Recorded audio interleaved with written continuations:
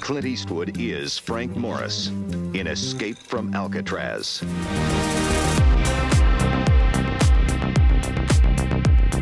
Hey guys, welcome back to the channel, and today we're going to be talking about Kino Lorber's newest release, Escape from Alcatraz. But before we do that, if you guys are into movie reviews, 4K reviews, some game, and some tech along the way, then consider subscribing because we do all that here. So Escape from Alcatraz came out in 1979, produced and directed by Don Siegel, and starring Clint Eastwood. This might actually be my favorite Clint Eastwood movie. I like Gran Torino a lot also. But I haven't seen them all. I'm not a huge Clint Eastwood guy, but the few I've seen, I think I like this one the best. This is only my second time watching it, but I really enjoyed this movie. This, I mean, it doesn't check all my boxes. This is probably labeled a drama, in my opinion. I don't watch too many dramas. I'm a big horror, sci-fi, action movie guy. But every once in a while, I don't mind a slow burn like this, because this movie is definitely a slow burn.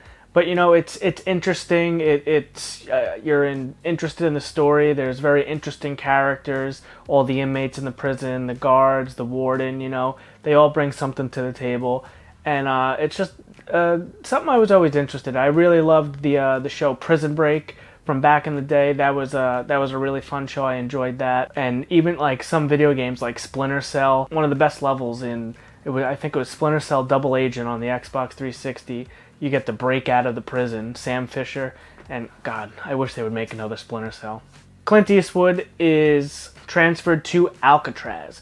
Now, Alcatraz is a prison on top of a rock in the middle of the ocean, the Pacific Ocean, right near the Golden Gate Bridge, and it's not in service anymore now. It's just a tourist attraction, and this story takes place within a year of the prison closing. I don't know if it's directly related to these prisoners escaping, but it was closed shortly after the events of this movie, because this is based on a true story. So Clint Eastwood is in Alcatraz, and the warden says people try to escape. No one has ever escaped from Alcatraz, and no one ever will.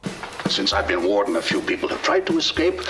Most of them have been recaptured. Those that haven't have been killed. A long list of failures, and Clint Eastwood, he's like, you know what, I'm gonna get out of here. And I like what they did with the ending, because him and the two other guys he escapes with, they dig through their cells, and you know that everyone's watching for the guards as they're digging. They have to stay strict on their time when they're digging, and very interesting. It's cool. Like it builds some tension. It's just a fun watch. I did enjoy myself with this. And again, this is not something for everybody. It's not something that you could watch every single day. It's no Top Gun Maverick, but it's a fun movie, and I'm super glad Kino Lorber put this one out. So this was my second time watching it. I saw this as a kid, and I don't remember too much about it. I just remember liking what I seen. So that's why I was really glad that Kino Lorber put this out on 4K, and I got to review it because I was excited to watch this movie again. It was pretty interesting seeing the day-to-day life of the inmates in the prison. I know this is somewhat fiction, but it is, again, based on a true story, and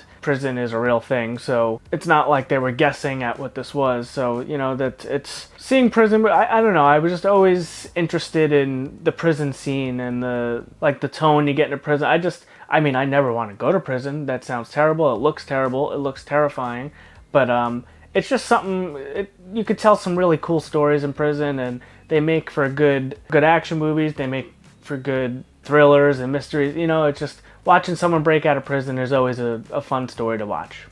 And like I said, this is based on a true story. So at the end of the movie, when they finally spoilers, at the end of the movie, when they finally do make their escape, and they get out and they get into the water, and then the sun comes up, the guards are making their rounds, and they find out that he's not in his cell. So they sound the alarms, they send the dogs out, they send the helicopters, they send the search parties, and they're looking for him, and they go to the beach across, it's about a mile or so offshore of Alcatraz, over into San Francisco beaches, and the warden gets out of the helicopter, and he basically calls off the search after a while, and he just says they drowned. And some dialogue comes up on the screen, and it says that the law enforcement and the FBI have been looking for the bodies, and they were sure that they were going to find the bodies, but they never did. And that's the part of the true story, is these guys did escape from Alcatraz,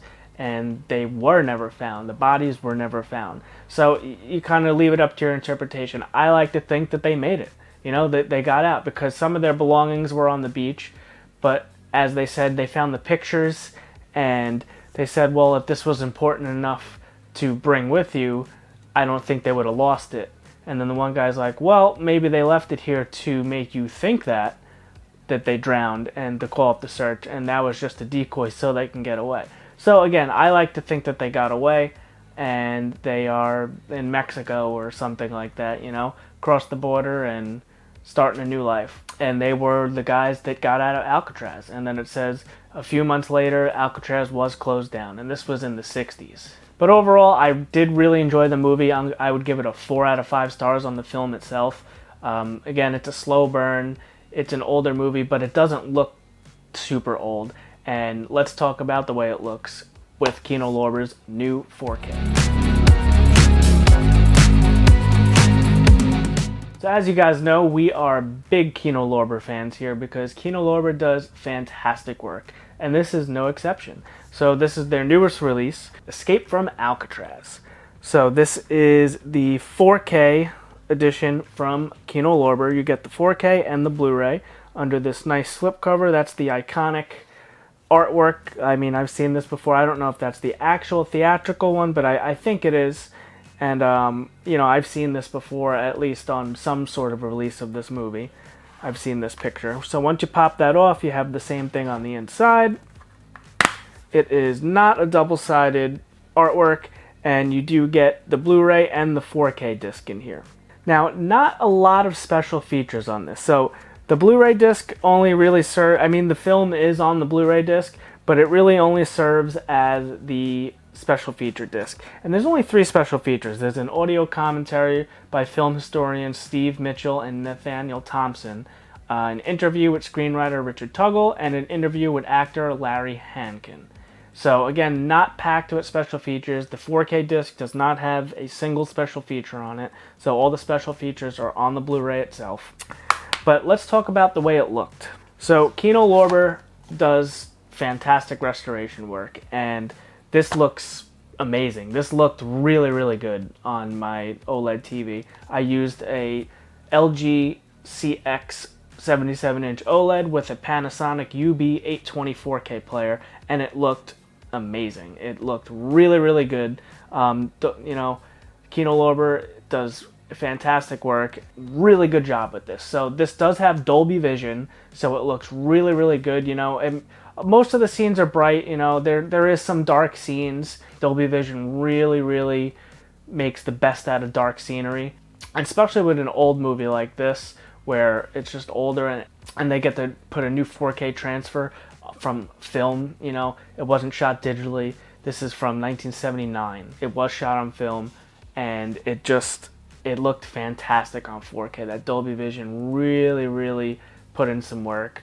Again, I like to hit this on all my reviews. The skin tone looked fantastic on all the characters, all the actors, colors. You know, you're in a prison, so the colors are pretty bland. There's nothing like really, really standing out. It's all kind of bland colors, but everything looked good. You know, there was, I think in the prison, it had like a green on the bottom of like a beige wall, and the contrast between that, you know, the green stood out pretty well. But again, nothing crazy. It's not a visual showpiece, but it's, you know, it's a prison movie. It's not the prettiest thing ever, but the 4K scan with the Dolby Vision does look fantastic. I do not have an older version of this movie to compare this to, so this is the first time I'm owning it, but I gotta say that 4K looks fantastic. The resolution is perfect. They didn't wipe away all the film grain. There's still some grain there, and it still looks really, really good. I can guarantee this is the best this movie has and probably will ever look. Now let's talk about sound. There is a DTS 5.1 master audio, and there's a 2.0 mono track. I watched it with the 5.1, and it sounded great. You know, again, it's not a big action movie. It's not a spectacle. Again, it's not Top Gun Maverick. It's not, you know, there's not bombs going off. But, you know, it's still a 5.1. There's some stuff you hear in the background while he's digging in the cell. You'll hear the guards coming because they're wearing these dress shoes on the concrete floor, so you hear them walking up behind you on the rear speakers. I thought that was pretty cool, the use of the rears. But it's not like a showpiece audio track, but it works for what it is. You know, it's not a big action spectacular. It's a prison movie, and it mainly takes place, you know, you're in a prison cell for a lot of the movie. You're in the cafeteria, you're out in the yard. There's not a whole ton of things going on where the surround sound really is making you like look around the room. But again, they made use of it where they could, and it sounded fine.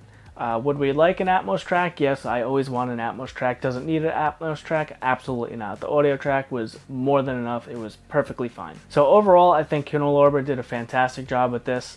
Again, I don't really take too many points off for special features because I'm not a huge special feature guy unless I'm absolutely in love with the movie. Something like Jaws, Halloween, The Terminator, stuff like that I absolutely love. I'll dig into some special features there if I even have the time. But the amount of movies we watch, and I try to play some games, and I have other hobbies and stuff too. So, you know, I'm spread pretty thin.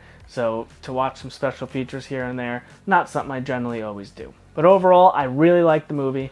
Like I said, I give the movie a 4 out of 5. Kino Lorber's scan, I think they did fantastic. I'm going to give the 4K scan a 9 out of 10. I think it looked amazing. It's not quite reference quality, but again, that's down to the source. There's some blurry scenes here and there, but again, it's shot in 1979.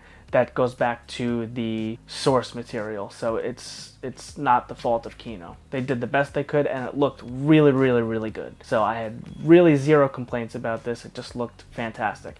As far as audio goes, I think the audio track is perfect for this. It doesn't need anything more, and it sounded just fine. So again, overall, I'm going to give this release a 9 out of 10. I like the artwork they did. I like the slipcover.